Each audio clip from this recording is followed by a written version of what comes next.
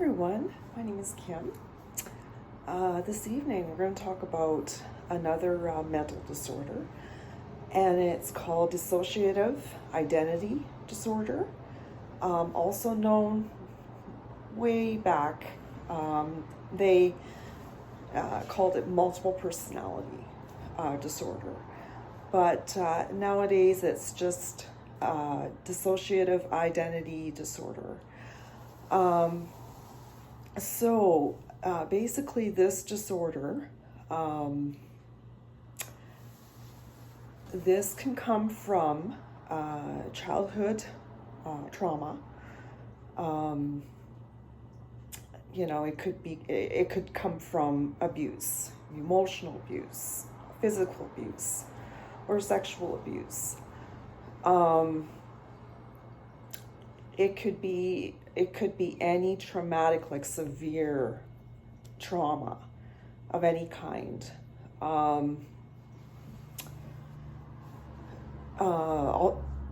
Neglect. There's a neglect for a child. Their basic needs that they deserve. The physical needs, the emotional needs, and so forth.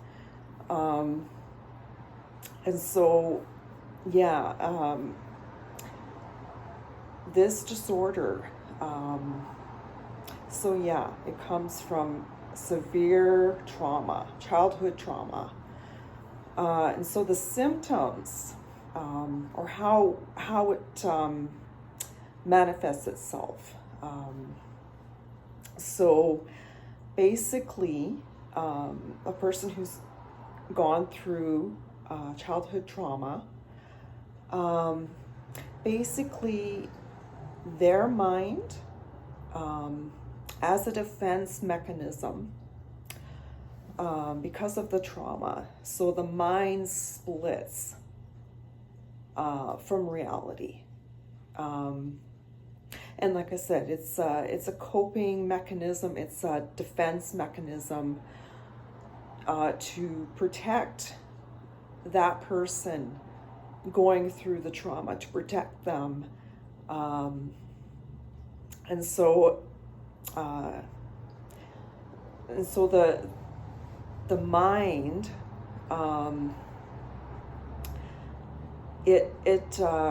like I said, it splits.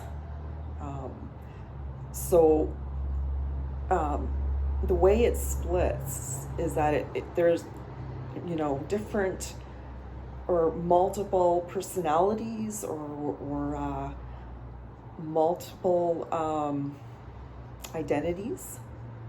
For a child, when they have been through, severe trauma, and it could be carried into adult years. If they don't get the help that they need. Yes, I'm going to go into these different personalities or identities that pop up from your mind as a way of protecting you from the trauma. So, people that have this disorder have multiple personalities or identities. They may have an identity that, they name each identity that they have, whether it's 3 or whether it's more than that. But each identity or personality has a name, like a personal name, that, and each personality or identity, they all have different personalities. A person can have one identity or personality, be very childlike. They may act like they're a child, and this innocent child. And uh, and just this child, the personality comes through. They may be this child that's helpless, and the child has a name. Like I've said, the person who has the disorder has multiple identities or personalities, and they each do have different personalities. I've seen some documentaries on this, and interviews. And so most of them that I have seen, they will have as an identity, a small innocent child, just a scared child. Also, they can have an identity of a person that is strong personality, is not going to take garbage from anyone, very aggressive, and they are kind of rebellious, maybe get into trouble or something. They may also have another identity that is quirky, someone that's just, or eccentric, just someone that doesn't live their life according to the social norms. This personality is eccentric and kind of strange and all that stuff. So a person with dissociative identity disorder, as they become adults, and they didn't get the help they needed because of the childhood trauma. So they've had this disorder for a long time, and they switch to different to the identities, and this can happen any time of the day, and this sort of thing happens every day. The person with the disorder may act like the scared child, the one that needs reassurance that it'll be safe and all that stuff, and just very childlike. And a person with this disorder, these identities or personalities, they pop out when more stress is in their life, and they just, like I said, they haven't gotten the help that they should be getting. They'll have an aggressive identity or personality. Someone is, not going to put up with being treated disrespectfully or whatever. So this person will kind of latch on to this personality, and this personality, they're strong, they're not going to take any garbage, they're rebellious, so they do some rebellious things. And then you have the person that's the eccentric. Now, for a person that has this disorder, when they have these, when a certain personality or identity comes about, it just comes about. They're not even thinking about it. It comes out, and they act like that identity, and the identity, if they have the identity of the strong and rebellious one. So the strong and rebellious one, a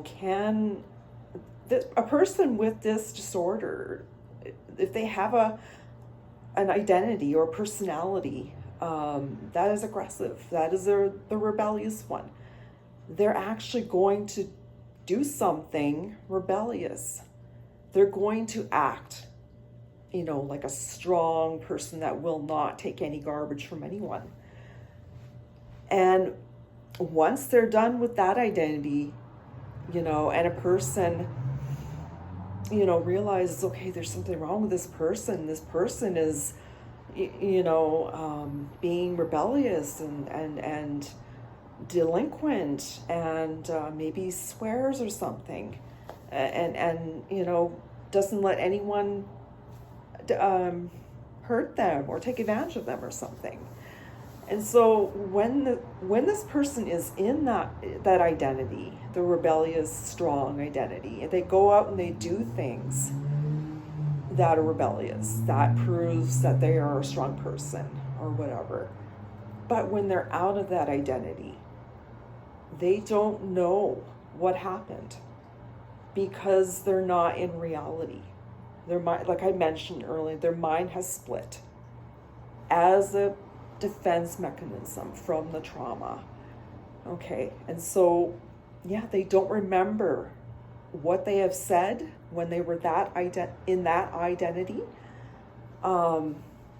They don't remember what they did in that rebellious identity.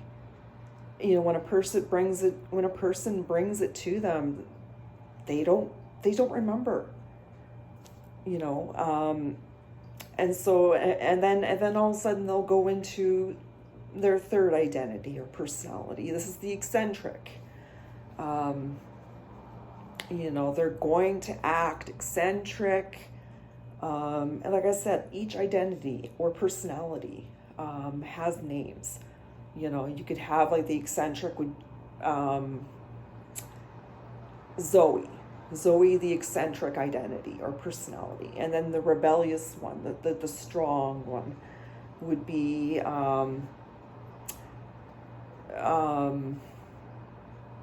Cassandra.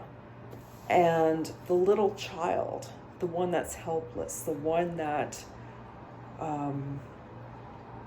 they're going to, that child's name, say that child's name is Sarah.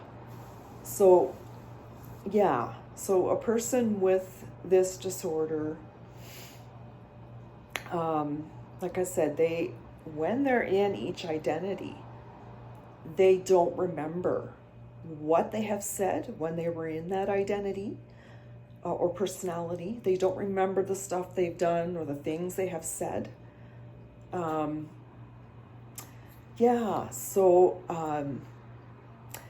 This disorder is not mentioned too much either in the mental health community. But a person like this definitely needs help. Therapy. And I would think cognitive behavioral therapy would be really good for them, really good for people with this disorder. This kind of therapy would help them kind of, open up, about their childhood trauma and just get it all out. And, to explain the multiple identities that pop up or they become that identity. Okay, my time is running out here. I hope this video is informative for you. You learned something from it. I hope you have a good evening, and I'm going to say goodbye.